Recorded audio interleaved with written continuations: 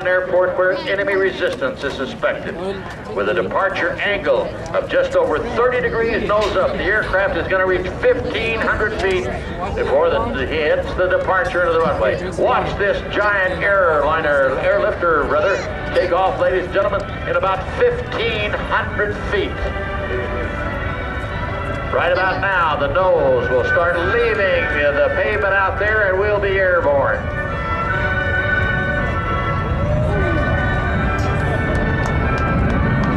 Degree nose up angle. As he rolls off to the right, the pilots for today's demonstration are Lieutenant Colonel Dave Brand, Lieutenant Colonel Steve Gill, and Captain Eric Ozol. The loadmasters for today are Master Sergeant Ward Massey and Tech Sergeant Mike Carrier. This crew has a combined total of over 20,000 hours flying in various aircraft, including the C-5 Galaxy, the C-141 Starlifter, T-38 Talons, and the T-37 Sweet. Now, the C-17's first pass today will be a high-speed pass. After completing this teardrop maneuver that you're watching out there to align with the runway, the crew's going to accelerate to about 250 knots, almost 300 miles an hour, demonstrating the rapid strategic capability of this airplane.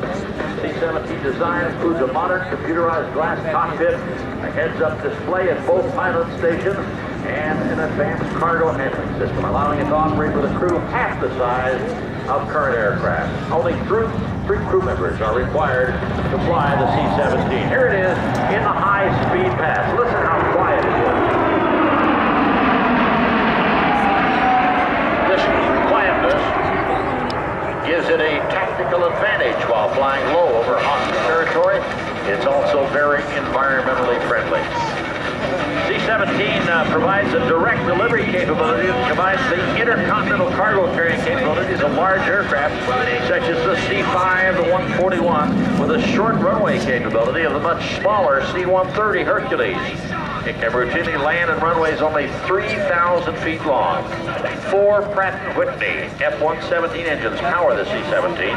These are the same engines that are used on the commercial Boeing 757, each engine developing 40,000 pounds of thrust.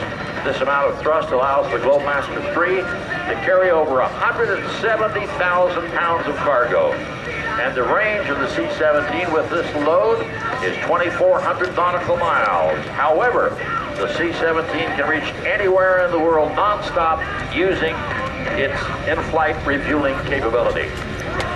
Now watch, inbound level. I want you to look at the big power lift flaps on the trailing edge of the wing, the slats on the leading edge of the wing. These devices actually change the shape of the C-17 and are the key to its low final approach speed, enabling this aircraft to land and stop at such short distances. At show center, he's going to select full power and a go-around, but you can see the landing gear is down. Those big power lift flaps on the back side of the wing and the leading edge slats on the front side of the wing have got that configured in the landing configuration. Now listen for the power to come up on those F-117 engines as he executes the go-around.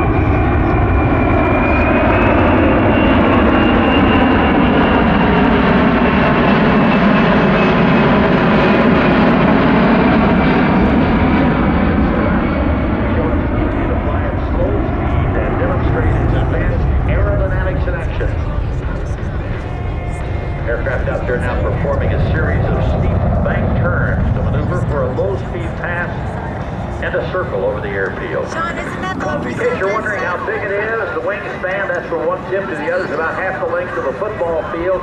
The tail is over 5 stories tall. And there's even a tunnel in that tail that they can climb up in there to do maintenance work. Empty, the airplane weighs about 280,000 pounds, but with max fuel, everything loaded, cargo, gross weight goes up to over 500,000 pounds. Notice the upturned tips of the wings, just in case to give you a little perspective. Those are 9 feet tall. They're called winglets, and they help in the aerodynamic efficiency and a reduction in fuel usage. That's the 9-foot winglets you see on each side of the wing.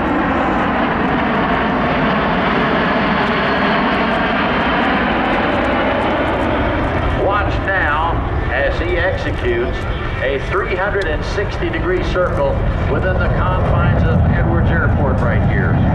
Aircraft is extremely agile at both high and low speeds, making it easy to operate in any tactical situation, including the combat delivery of paratrooper or heavy equipment. Has a quadruple redundant fly-by-wire system to run its flight controls. The fly-by-wire system means the aircraft's flight controls are electronically operated.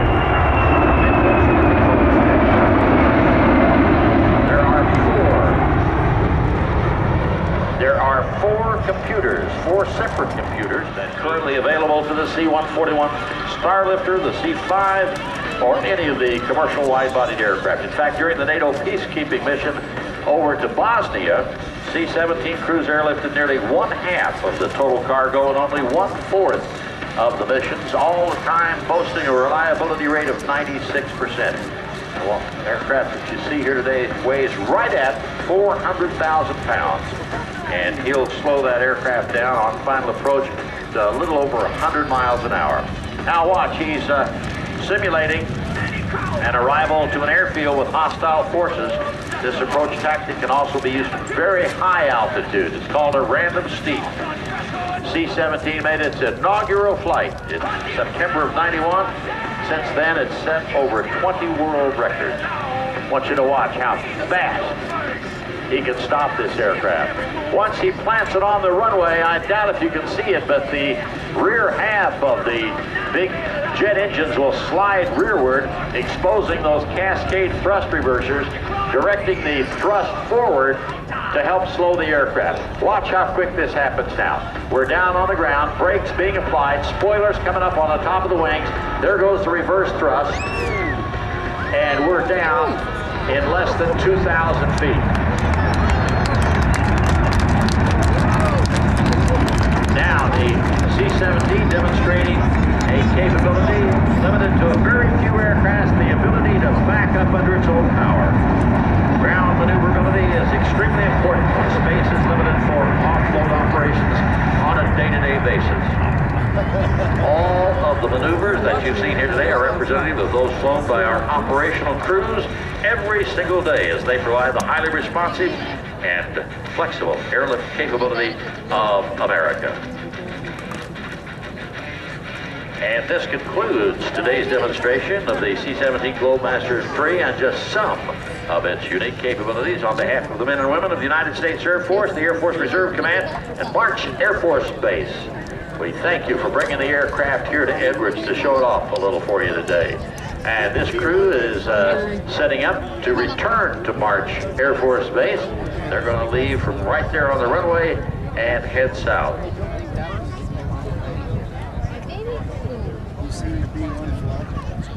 Really designed for a lot of quick maintenance activity. It can raise one set of its landing gear for tire changes using its onboard struts and the remaining landing gear. And this eliminates any need for any additional equipment during a tire change. Very unique.